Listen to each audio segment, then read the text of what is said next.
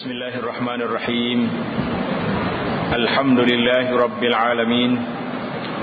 Wassalatu wassalamu ala rasulihil amin, Nabiyyina Muhammad wa ala alihi wa sahbihi ajma'in. Amma ba'd. Kitab Hidayatus Salikin, Al-Babus Thalith fi ijtinabil ma'asi az-zahirat. Bermula bab yang ketiga pada menyatakan menjauhkan segala maksiat yang zahir. Kita telah belajar dah maksiat yang zahir ini ada beberapa perkara. Banyak perkara dia. Sambungan kita pada malam ini iaitulah tentang lidah. Adapun lidah. Lidah ni adalah merupakan satu penyakit kalau tak kena jaga dia. Kalau tak kena jaga, lidah kita ni jadi satu penyakit kronik yang cukup susah untuk nak ubat dia. Penyakit lain mudah, penyakit lidah ni berat. Adapun lidah itu, maka iaitu dijadikan bagimu kerana membanyakkan dengan dia akan zikir Allah Ta'ala. Lidah ni tu awak jadi kita untuk apa? Untuk banyak berzikir pada Allah Subhanahu Wa Ta'ala dan membaca Quran. Zikir, baca Quran itu kerja lidah. Hak makan itu kerja dia juga. Tapi hak ni hak kerja hak sebenarnya, hakikinya. Hak lain itu alat. Dan engkau tunjuk dengan dia akan segala hamba Allah Ta'ala kepada jalan yang menyampaikan kepada Allah Ta'ala dalam negeri akhirat. Kerja yang pertama awak zikir, tanda. Yang kedua baca Quran. Jawatan dia yang ketiga, lidah ni untuk apa? Untuk engkau tunjukkan, engkau ajarkan, engkau bimbingkan segala manusia hamba Allah Ta'ala ini kepada jalan yang menyampaikan mereka kepada Allah. Ini kerja kita. Kerja lidahnya yang ketiga, ajak manusia, ngajar manusia supaya mereka ini reti menjadi hamba Allah Subhanahu Wa Ta'ala. Yang keempat, dan menyuruhkan dengan dia berbuat kebajikan dan menegahkan akan berbuat kejahatan. Kerja yang keempat lidahnya apa dia? Suruh benda baik, cegah daripada kemungkaran. Tengok benda baik, suruh orang buat. Ada benda mungkar, kita lari dengan lidah kita, jangan buat benda ni, tak baik ni. Ini haram, ini perbuatan yang keji, ini perbuatan mungkar. Kita kena cegah dengan lidah. Sebab apa? Sebab cegah mungkar dengan lidah ni dia panggil darjat yang kedua. Darjat yang pertama ingkar mungkar dengan tangan. Man ra'a minkum munkaran falyughayyirhu bi yadihi. Tangan mula-mula start. Kalau tak ada dengan tangan, tak ada kuasa, dengan lidah. Lidah ni kita tegah orang mungkar, bukan makna kita jekah dia, kita topik dia tidak. Kita lari dia awal tak molek ni, buat hak lain lah lebih baik. Itu sudah dikira tegah mungkar. Menyuruh dengan dia berbuat kebajikan dan menegahkan akan berbuat kejahatan. Itu kerja lidah yang keempat. Yang kelima, dan dapat engkau nyatakan dengan dia akan barang yang di dalam hatimu daripada segala hajatmu dunia dan akhirat. Kerja lidah, jawatan dia yang kelima berapa dia? Untuk kita menyampaikan hasrat hati kita. Kalau kita duduk dalam hati kita, royak nak mutu nak ni, lidah tak royak. Orang tahu ke tidak dalam hati kita? Tahu. Tambahnya boleh tahu. Dalam hati manusia, siapa tahu? Tuhan dia yang tahu je. Allah SWT Maha mengetahui. Tapi maknanya, lidah ni tolong nyapa hajat. Hajat hati nak apa? Lidah tolong kata. Saya ni nak benda ni. Saya nak. Jadi lidah yang tolong menyampaikan hajat hati dia. Berapa dah jawatan lidah ni? Ada 5 jawatan dia. Pertama dari kita. Maka hendaklah engkau peliharakan lidahmu daripada berdusta, sama ada bersungguh-sungguh atau bersenda-senda. Jaga lidah kita daripada berdusta, sungguh atau boga. Ini masalah sekarang ni, orang suka cakap dusta, cakap belawak. Dalam apa saja, cakap benar ni susah. Nak cari orang benar sekarang ni, as-sadiqin wa kunu ma'as-sadiqin, cukup payah sekarang ni. Maka jangan engkau biasakan berdusta itu dengan bersenda-senda. Kerana yang demikian itu kepada membawa yang demikian itu kepada berdusta yang sungguh-sungguh. Kalau kita bergorai main-main dusta, akhirnya kita akan bercakap dusta yang sungguh. Mula-mula tu main-mainnya, lepas tu dia jadi semati, dia akan cakap dusta. Kerana inilah kata Imam Al-Ghazali rahimahullah ta'ala, bahawa berdusta itu ibu segala dosa yang besar. Berdusta ni merupakan ibu segala dosa yang besar. Sebab dengan dusta akan banyak kesan dia, pengaruh dia kepada benda-benda lain itu bermula daripada cakap dusta.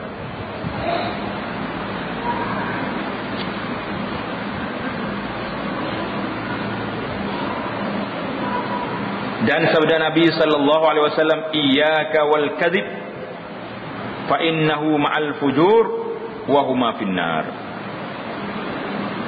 Artinya takuti olehmu akan berdusta itu, maka bahawasanya orang yang berdusta itu berserta dengan orang yang berbuat maksiat, dan kedua-duanya dalam api neraka. Berat ke tak berat? Berat. Hadis ini diriwayat oleh Imam At-Tirmizi dan Abu Daud dengan sanadnya sahih, tapi lafaz dia lain, iyyaku wal kadhib fa innal kadhiba yahdi ilal fujur. Takuti oleh kamu akan berdusta, maka bahawasanya dusta ini akan bawa kepada kejahatan. Mana dusta ni akan bawa manusia ni akan jadi jahat sebab dusta. Memang betul. Dia mula kecek belawak nipu, dia akan pergi banyak benda. Penipu yang akan berlaku dalam hidup kita. Dan lagi sabda Nabi sallallahu alaihi wasallam, innal kadhiba babun min abwabin nifaq. Innal kadhiba babun min abwabin nifaq. Apa dalam kita lain? Min abwabin nifaq. Artinya bahawasanya dusta itu satu pintu daripada beberapa pintu munafik. Hadis ini kata Al-Iraqi rawah Ibnu Abi Dunya, rawah Ibnu Adi. Hadis ini riwayat oleh Ibnu Adi dalam kitab dia Al-Kamil. Al-Kamil ini kitab yang ia mengumpul tentang orang-orang yang lemah dalam hadis dia. Mana kita tahulah hadis ini hadis dhaif. Walaupun hadis dhaif, ada hadis lain yang kuat. Nabi kata ayatul munafiqin salasah. Tanda-tanda orang munafikin itu 3. Idza haddatsa kadzab, bila dia cakap dusta. Itu tanda munafikin. Mana ada hadis lain yang kuat. Wa idza wa'ada akhlafa, apabila dia berjanji dia tak tunai janji. Wa idza tumina khana, apabila dia terima amanah apa saja, amanah jawatan, amanah apa saja, khana, dia mengkhianati amanah tersebut. Maka ini adalah sifat siapa dia? Sifat orang munafikin. Syahdan, terkadang dusta itu jadi wajib, dan terkadang dusta itu jadi mubah, yakni harus.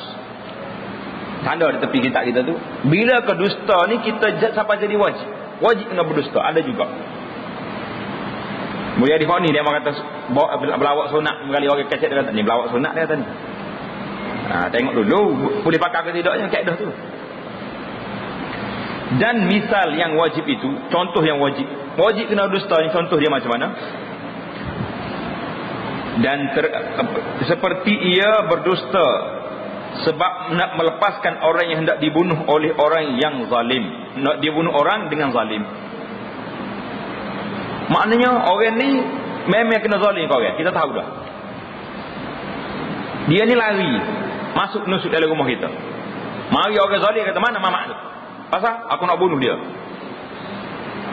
Kita tahu dah dia ni zalim tak zalim? Zalim.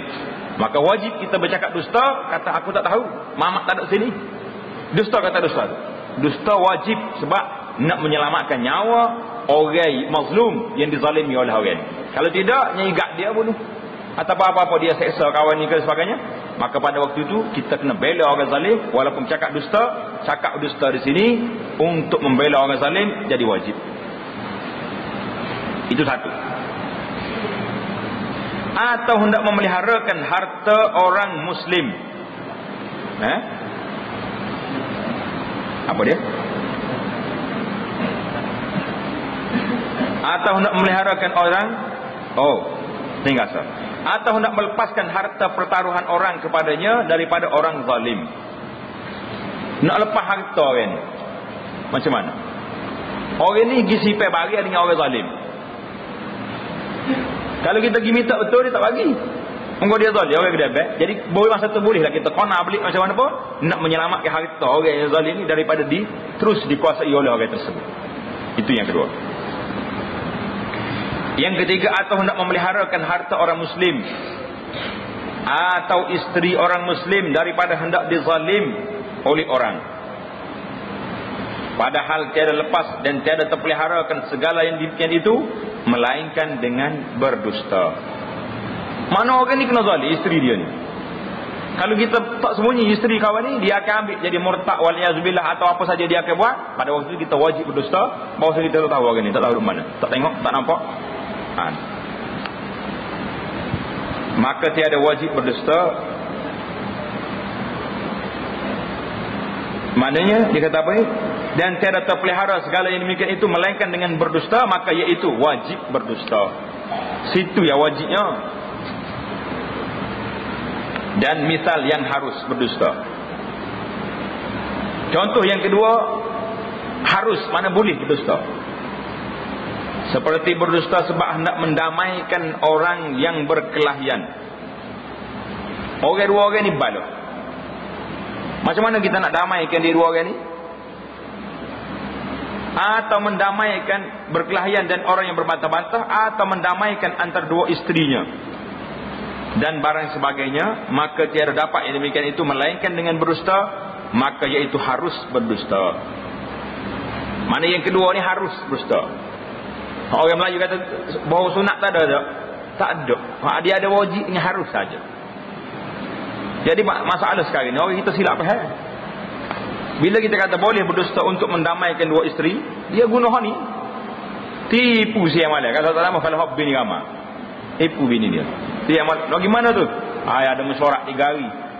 Mesyuarat berapa? Mesyuarat sama bini muda. Saya kerja hidup di dalam nipu, sehinggalah dia ni ditangkap oleh isteri dia, pecah rahsia. Rupanya orang mesyuarat sama kini tu malam-malam lagi pak ceramah, tak ada pergi ceramah dia duduk alit tinggi. Berat kita lah. Jadi jangan duduk main. Kalau berasa nak berlawak, tak usah duduk bini ramai, buat banyak penyakit. Kata Imam Al-Ghazali dalam Ihya Ulumuddin, Imam Al-Ghazali kata apa?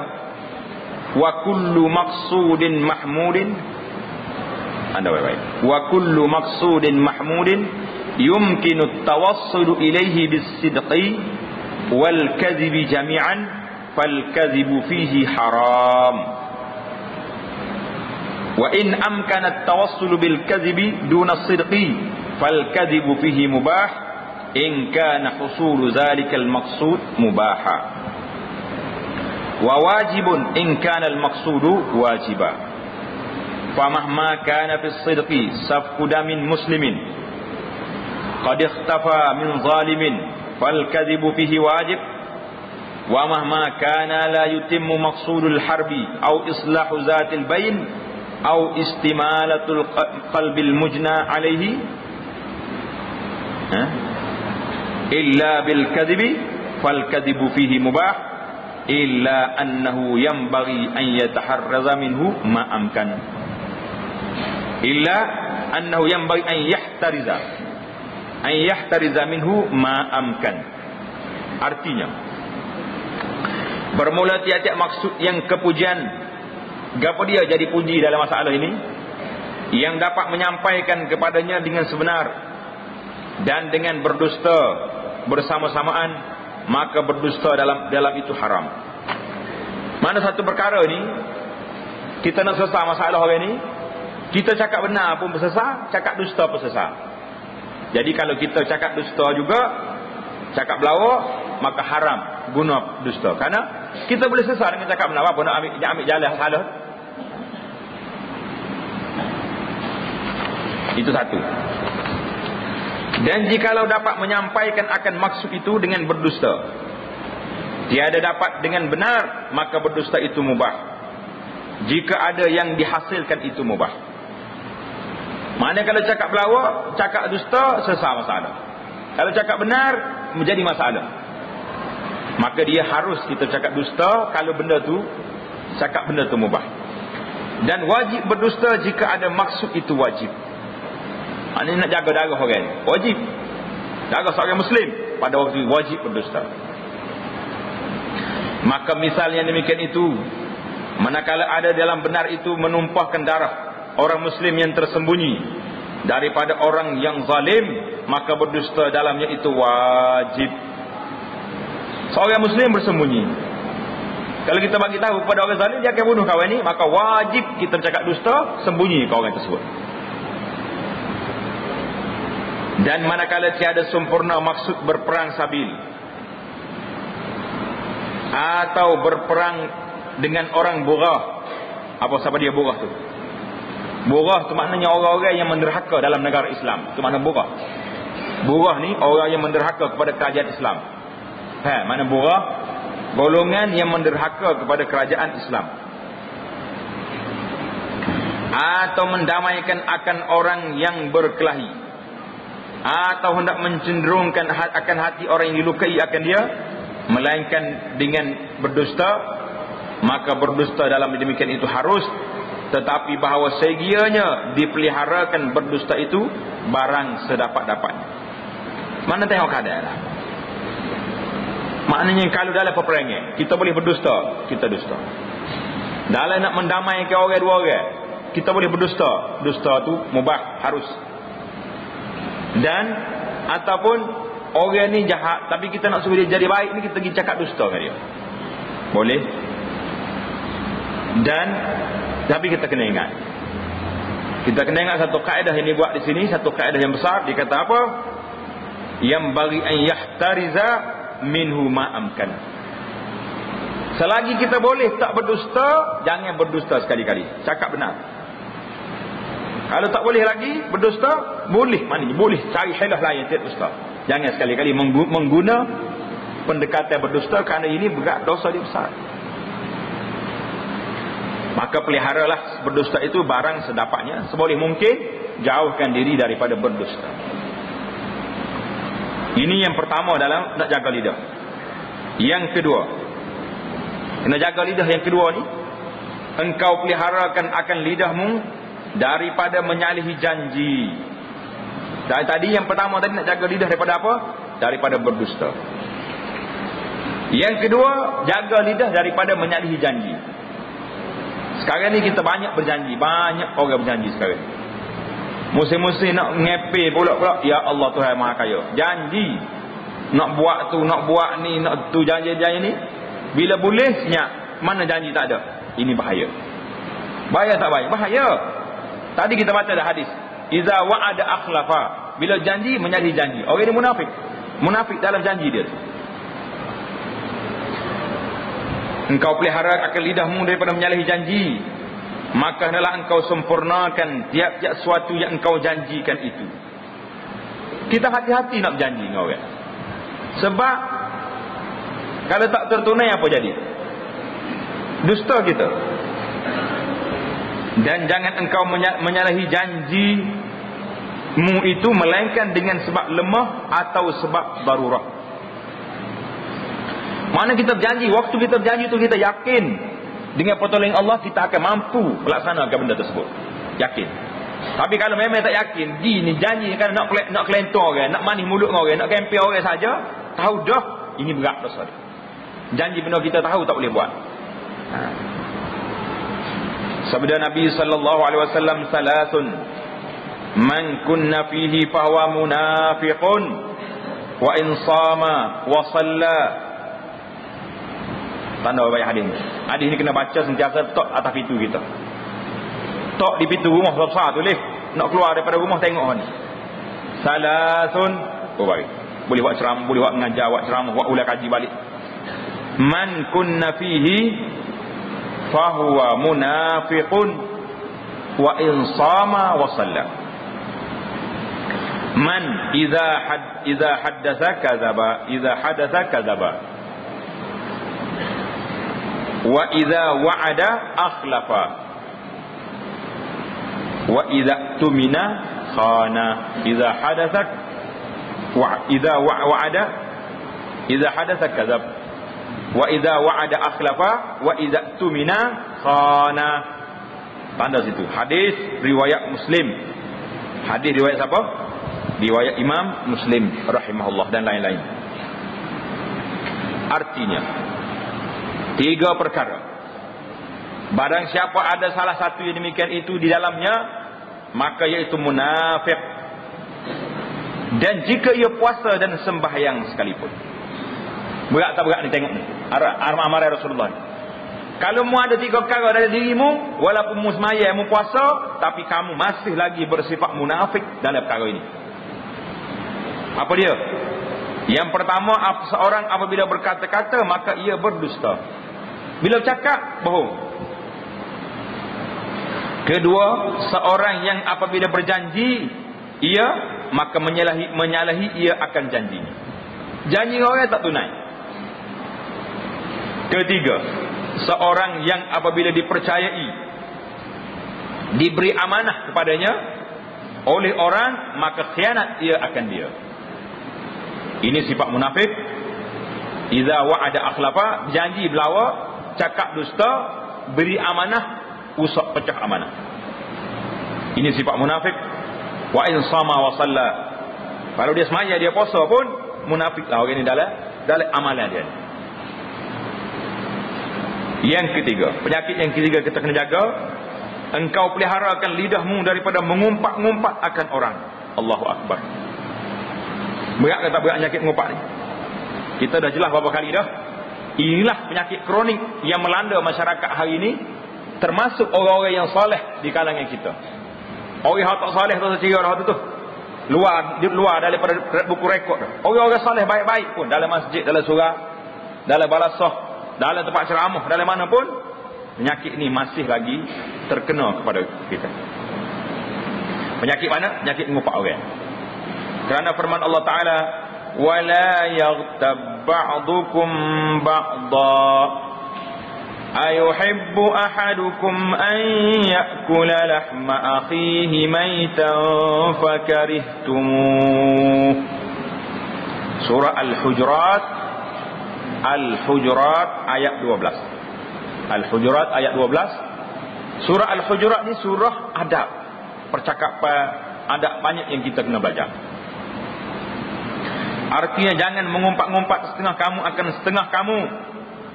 Adakah suka seorang daripada kamu bahawa memakan daging saudaranya yang mati, maka benci kamu akan dia. Allah SWT banding kejinya, hinanya perbuatan mengumpat ini dengan orang yang makan daging saudara dia sendiri. Tergamukkah kita nak makan daging saudara kita sendiri? Kalau tergamuk, ngumpatlah. Kalau tak tergamuk, jangan buat kerja. Dan hasil makna ayat ini bahawa menyerupakan Allah. Allah Ta'ala gambarkan, bandingkan, itu mana menyerupakan. Akan mengumpat itu seperti memakan bangkai pada pihak haramnya dan kejinya. Mengumpat ni haram dan kejinya seperti makan bangkai. Makan bangkai ni cemar ke tak cemar? Cemar. Jumpa binatang mampus pergi jalan, kita makan dia. Apa dia panggil, jijik, jelek sekali.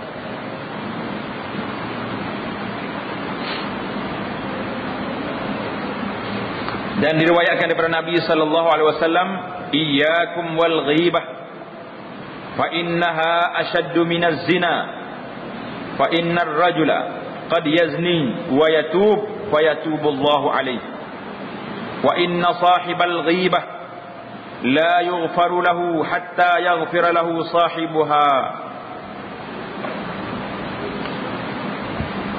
Hadis ini diriwayat oleh Ibnu Abi Dunya dalam kitab As-Sawm dan Ibnu Hibban dalam Ad-Du'afa. Yang betulnya hadis ini dhaif. Hadis ini dhaif. Sanad dia dhaif. Artinya, takuti oleh kamu akan mengumpat itu, maka bahawasanya mengumpat itu terlebih sangat jahat daripada zina. Jadi mengikut riwayat ini, mengumpat ni jahat pada zina lagi. Maka kerana bahawasanya seorang yang laki-laki terkadang berbuat zina, tersalah buat zina, maka taubat ia maka diampuni Allah Ta'ala atasnya. Orang zina dia taubat, Tuhan ampun dosa dia. Dan orang yang mengumpat itu tiada mengampuni Allah baginya, melainkan mengampuni baginya oleh orang yang kena umpat itu. La ilaha illallah. Berat ke tak berat penyakit ngumpat? Berat ke tak berat tuan-tuan penyakit lidah ni? Berat. Maknanya kita kena pergi minta maaf dengan orang yang kita umpat. Minta maaf lah sahabat kita, sahabat minta maaf lah among ngumpat. Berani ke kita nak pergi minta maaf? Tak berani. Kata orang berani, tak nak minta maaf tak berani. Dan lagi sabda Nabi sallallahu alaihi wasallam, marartu lailata usriya bi ala qaumin yakhmishuna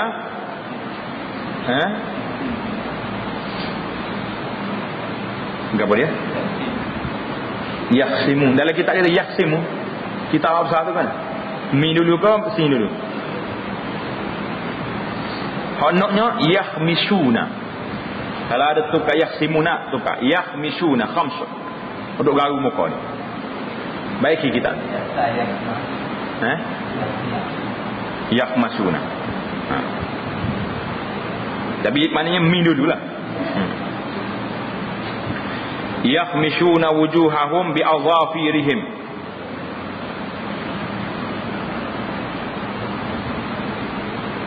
Faqultu ya Jibril man haula? Faqala haula alladhina yaghtabuna an-nas wa yaqa'una fi a'radihim. Ada itu hadis riwayat Abu Daud, sanadnya sahih. Artinya, lalu aku pada malam Isra. Sudah balik kita ambil. Nabi kata pada malam aku Isra Mi'raj berjalan, Nabi kita sallallahu alaihi wasallam lalu di atas beberapa kaum yang menggaru-garu akan muka mereka. Puak ni kerja dia duk garu muka. Duk garu muka. Dengan kuku mereka. Dia garu muka dengan kuku dia sendiri.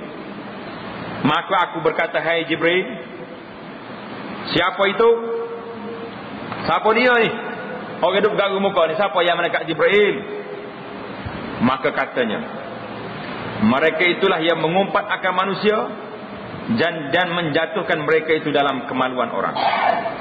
Mana orang ni orang yang duduk mengumpat, yaghtabunan nas wa yaqa'una fi a'radihim, duduk mencela sifat kehormatan diri seorang. Tulis apa? Kemaluan itu tulis itu kehormatan diri. Kalau bahasa Melayu ni kemaluan makna lain. Kemaluan itu maknanya kehormatan diri. Tanda menurut bahasa orang duk guna lah ni. Kalau orang luar dia dengar dia kata apa gitu. Maknanya orang ni kerja dianya duduk mencela kehormatan orang ni. Orang Muslim. Jadi apa satulah dari kiamat esok duduk garu muka dia dengan kuku dia sendiri. Berat. Sebab itulah kita selalu sebut penyakit kita ni penyakit apa ni? Penyakit berat. Berat kata berat penyakit. Dan kata Imam Al-Ghazali rahimahullahu ta'ala,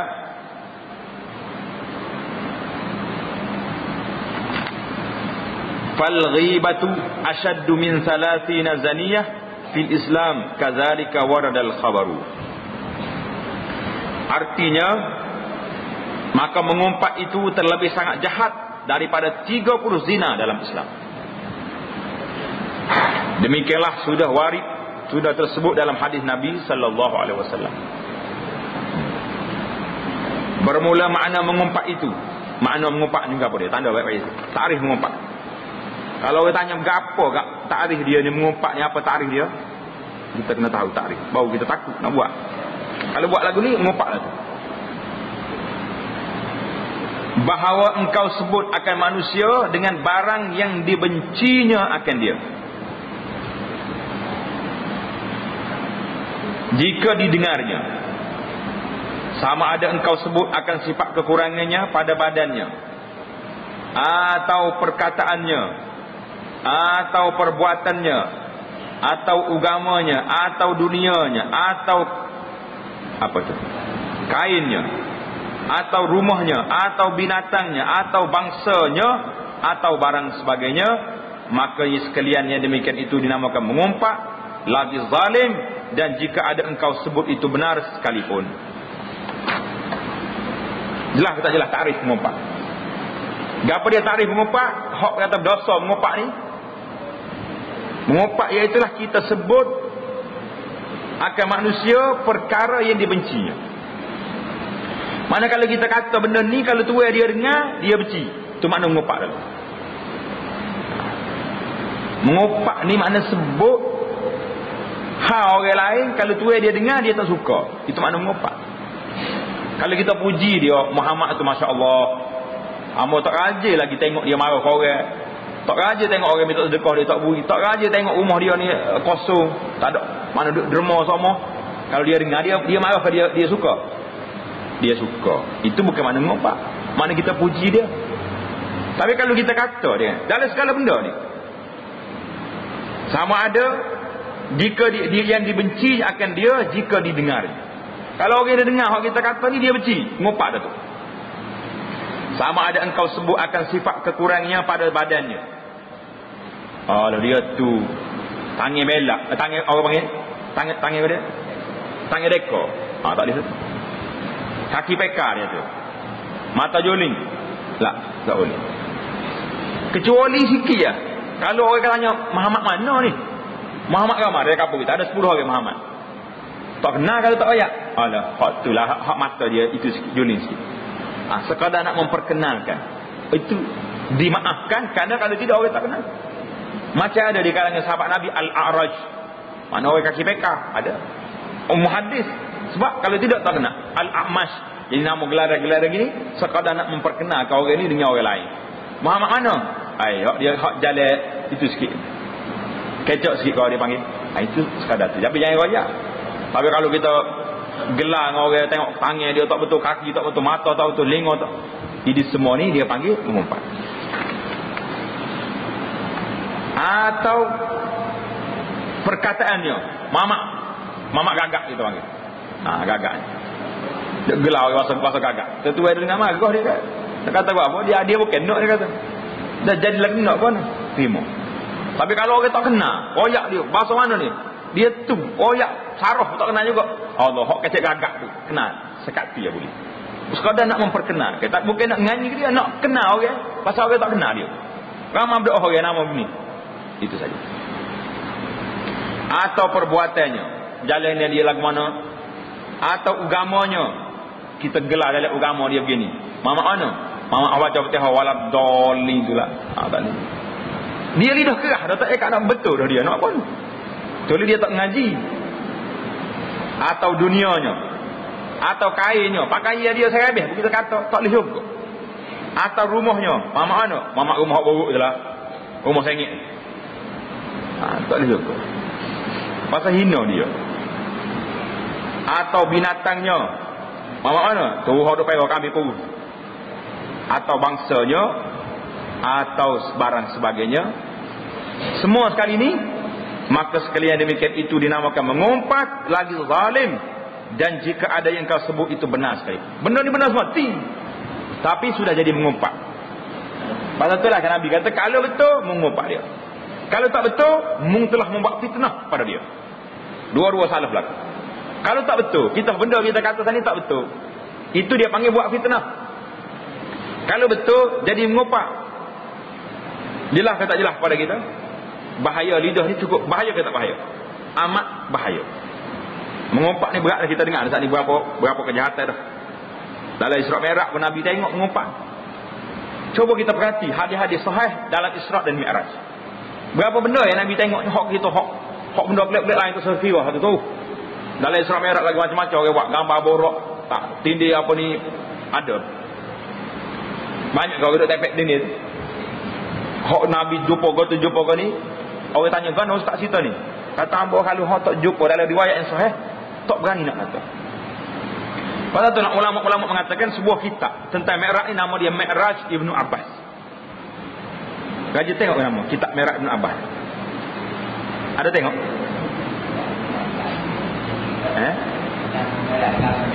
Tidak Mi'raj Kabir, Mi'raj Ibnu Abbas. Ada sebuah kitab dia tulis nama Mi'raj Ibn Abbas, tanda apa? Kitab ni kitab palsu. Oh, dalam tu cerita Mi'raj pelik-pelik. Pergi baca dalam kitab mana pun, orang yang tulis tentang fiqh sirah dia kata amaran. Di antara Syekh Al-Buti, orang ulama Syria, dia tulis dalam kitab fiqh sirah dia, aku bagi amaran kepada kamu, jangan sekali-kali baca Mi'raj Ibn Abbas ni kerana dalam ni hadis palsu saja. Kita nak menakutkan orang, biarlah hadis-hadis sahih ada. Apa yang nak cari benda-benda hak pelik-pelik nak tunjuk dia? Kalau tak ada, nak macam mana? Habislah kita faham makna mengumpat, amaran keras tentang mengumpat. Lepas pada ni kita nak bincang pula tentang berapa perkara yang boleh apa ni? Yang boleh kita cakap hal orang. Ada beberapa perkara. Ini pasti baik-baik. Syahdan. Terkadang mengumpat itu diharuskan oleh syarak. Maknanya mengumpat itu dibenarkan, diharuskan dan dibenarkan oleh syarak jika membawa maslahah pada syarak, iaitu pada 6 tempat. Mengumpat ni boleh, kita sebut hal orang ni boleh dalam 6 perkara, 6 tempat. Tanda betul-betul. Yang pertama, mengata akan kejahatan orang yang menzalim akan dia kepada qadi. Kita pergi jumpa tuan qadi, tuan, ya Amat Arif, Mamat tu zalim pada saya. Ngumpat ke tak ngumpat? Ngumpat dah tu. Gitu royak korang dia tu zalim. Tapi boleh di sini untuk apa? Supaya dihukumkan oleh qadi atau qadi menzalim akan dia, maka diadukannya akan kejahatan itu kepada sultan supaya dihukumkan oleh sultan akan qadi itu. Manakala tok qadi ni jatuh hukum ya hak pada dia. Dia boleh mengadu kepada sultan, kepada khalifah, bahawasanya qadi di mantikah fulan telah mengenak pada saya. Boleh juga. Tanda. Di manakah tempat yang pertama kita boleh sebut hal orang, iaitulah apabila kita angkat dakwa satu-satu kes kepada qadi, kepada mahkamah, ini tidak namakan mengumpat. Walaupun kita sebut hal orang. Sebut hal orang tak sebut hal orang. Sebut. Sebab kalau kita tak bawa kes ni ke qadi, macam mana tak qadi nak tahu? Yang kedua, mengata orang yang berbuat kejahatan sebab mungkar akan dia, supaya meninggalkan ia akan berbuat maksiat. Kita tengok orang ni duk ajak orang berjudi, duk ajak orang main saham hak tak betul ni, duk ajak orang pinjam duit riba alun. Kita boleh goyak kepada orang, hey, mu jangan saing dengan mamak tu, kerana hak dia buat tu mungkar. Dia hak apa ni, duduk kafe orang masuk jualan langsung dia ni semua ni adalah jualan-jualan yang tidak sah mengikut syariat. Kita boleh bayar. Yang ketiga, sebab meminta fatwa kepada mufti. Kita pergi jumpa Tok Mufti, Tuan Mufti yang sahibus samahah, seperti katanya kepada mufti bahawa si fulan menzalim akan daku. Apa hukumnya? Dan apa jalannya dia melepaskan daripada zalimnya itu? Kita pergi minta fatwa dengan Tok Guru, kau dengan siapa? Tuan Guru, orang ni zalim pada saya. Macam mana saya nak buat? Nak selesaikan masalah saya dengan dia. Ini juga tidak nama mengumpat, kerana kita nak minta pandangan daripada orang. Tapi jangan pergi royak kedai kopi, orang tu tak selesai masalah. Kita pergi jumpa orang yang berautoriti, orang yang ada kemampuan untuk selesai masalah kita. Yang keempat, sebab menakutkan akan orang yang hendak bersahabat dengan orang yang fasik atau orang yang zalim. Maka katanya, jangan engkau bersahabat dengan si fulan itu kerana ia fasik. Fasik ni tak jauh lah orang jahat. Atau kerana ia zalim, atau perbuatannya itu sangat jahat. Contohnya orang ni hina Islam. Dia kata orang kalau mengikut Islam ni tak maju, macam-macam dia kata Islam. Kita boleh nasihat kepada orang, hey, mu jangan pergi ngaji dengan ustaz tu, sebab dia kata Islam ni tak baik. Ustaz berapa Islam tak baik? Dia mengajar agama. Jadi kita boleh bagi peringatan kepada orang supaya berhati-hati daripada orang fasik ataupun berkawan dengan orang zalim, sebab kita terjebak sama dalam kezaliman. Berapa dah? 4. Yang kelima, hendak memberitahu akan nama orang yang tiada diketahui. Dia ayat di sini. Hendak memberitahu akan orang yang tiada diketahui, melainkan dengan disebut akan aibnya itu. Seperti katanya si fulan itu buta, Hak mana dia kata ni? Allah, hak tak nampak mata, hak buta. Jadi kita kata kau itu buta, tapi nak memperkenalkan dia. Atau capek. Anggap apa dia capek? Capek ke apa? Tangan apa ni? Atau tempang. Orang ni jalan tak betul tempang tu. Ke mana? Hak kecok je lah. Mana sekolah dati. Atau dungung. Hak mana? Hak tak cerdik tu lah. Kurek upaya, orang panggil OKU tu. Dia tu. Atau barang sebagainya. Yang kelima.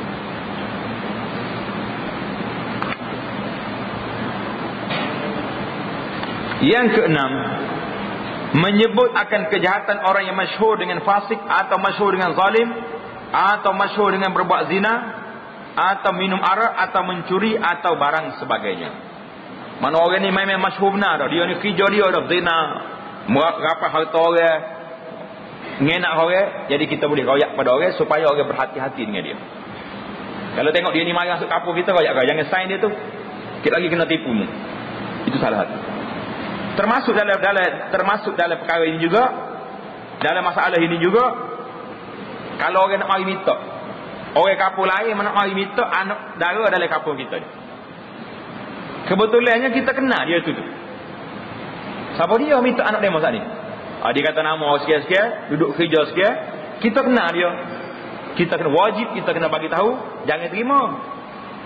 Budak ni saya kenal dia. Pernah jumpa dia di pusat serenti, orang penagih dadah umpamanya. Atau orang ni pernah ditahan di mana-mana, pernah nipu orang, kita kena bagi tahu. Ataupun setakat yang saya duduk sayang dengan dia, memang dia tak ajis maya. Tanya nak mari min anak wajib ni, air pakai sokok lagi. Tak ada dengan sokok berpiuh lagi. Tindai dua pakai. Nak ayat nampak jauh dia ni. Jadi kita kena wayak. Kena bagi tahu kepada orang yang nak min ni. Masalah sekarang ni, siapa dia nak tanya kita kan? Mamak tu mari bini anak saya ni. Tak tanya dah, maya ke tak maya? Tanya ke tak tanya dah ni? Tak apa nak tanya. Hak tanyanya kerja gapo dia tu? Kerja sedak tu. Kontraktor besar ni. Tak kira lah menipu orang kau gapo cerita lain tu. Habis kita cerita.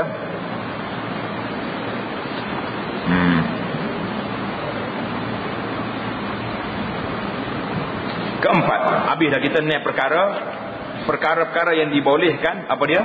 Kita sebut hak orang. Maknanya bukan makna mengumpat yang sebenar. Boleh sebut hak orang ni dalam naik perkara, tanda boleh. Yang pertama apa dia? Orang zalim angkat dakwaan kepada qadi, kepada hakim. Yang kedua, royak kepada orang yang buat mungkar tu, kita tegur dia supaya dia berhenti. Yang ketiga, waktu minta fatwa, pandangan mufti ataupun syekh-syekh. Yang keempat, menakutkan orang yang hendak bersahabat dengan orang ni. Dia kata, jangan sayang dia ni. Orang ni orang fasik ni. Jangan terima anak dia ni, anak muka dia tak maya pakai anak. Anak kita malah maya dah. Yang kelima, nak memperkenalkan orang tu tak kenal kecuali dengan kita sebut aib dia. Orang ni cedera sikit, cacat sikit, ada parut muka, gapo-gapo saja, kita kata itu boleh. Yang keenam, apa dia ni? Menyebut akan kejahatan orang yang masyhur. Memang orang ni masyhur, dia pasti masyhur, dia rasuah. Maknanya kalau orang kontraktor mari nak ambil, maka kita jangan buat dia ni berapa buah rumah dah dia buat utuh habis. Orang bersemi 20 bit, dia ber 15. Besi 2 hong, besi 4 hong, dia ber 2 hong, jadi utuh bangunan. Kita kena royak. Ini orang zalim yang kita boleh cerita hadiah kepada orang lain untuk nak amaran kepada orang ini supaya berhati-hati dengan orang tersebut. Yang keempat, tak habis lagi kita ni. Engkau pelihara akan lidahmu itu daripada mirak. Apa dia mirak? Mencela. Perkataan orang dengan membantahi akan dia dan membenar akan dirinya. Ini orang suka berbantah. Maka jangan kita guna lidah kita ni untuk buat bahas dengan orang, batah dengan orang tak kira. Benar ke salah ke? Yang penting kita nak bahas. Ini satu kesalahan juga yang perlu kita kena ingat. Perbahasan dia ni panjang juga ni. Jadi insya-Allah taala kita akan sambung dalam jalsah kita yang akan datang, insya-Allah. Subhanakallahumma bihamdika asyhadu an la ilaha illa anta astaghfiruka wa atubu ilaik. Subhanakallahumma bihamdika asyhadu an la ilaha illa anta astaghfiruka wa atubu ilaik. Wa sallallahu wa sallam wa barak ala Muhammad wa ala alihi wa sahbihi ajma'in. Alhamdulillahirabbil alamin.